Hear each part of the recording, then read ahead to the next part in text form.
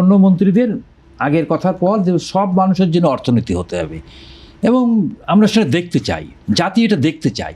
যদি সব মানুষের জন্য অর্থনীতি হয় তাহলে তো আমার মনে হয় মানে সব কিছু ঢেলে সাজাতে হবে। যেমন আমার যে অর্থনীতি, বর্তমান যে অর্থনীতি হচ্ছে লুটেরা অর্থনীতি। তো এই লুটেরা অর্থনীতি কি হয়, যে ধনীকে আরও ধনী করে।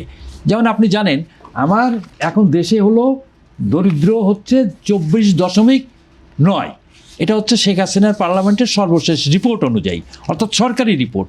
বেসরকারি রিপোর্টে এই দারিদ্র্যের হার আরও বেশি।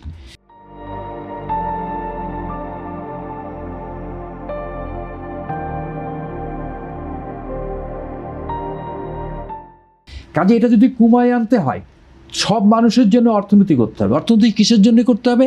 তার কর্মসংস্থান করতে হবে।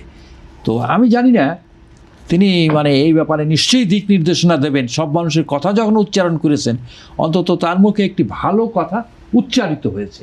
কাজে আমরা তাকে এই ক্ষেত্রে সাধুবাদ দিতেই পারি। তবে আমরা আশা করব এই সব মানুষের অর্থনীতি তিনি কীভাবে করবেন, কৃষকের ন্যায্য মানে তার পণ্যের মূল্য কিভাবে দেবেন, আখের মূল্য কিভাবে দেবেন, দিন মজুরি তিনি নির্ধারণ করবেন কিনা।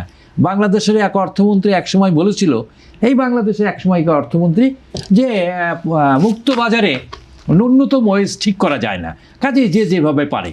তো এখন আমাদের দেশে তো এরকম মূর্খ অর্থমন্ত্রী ছিল এক সময়।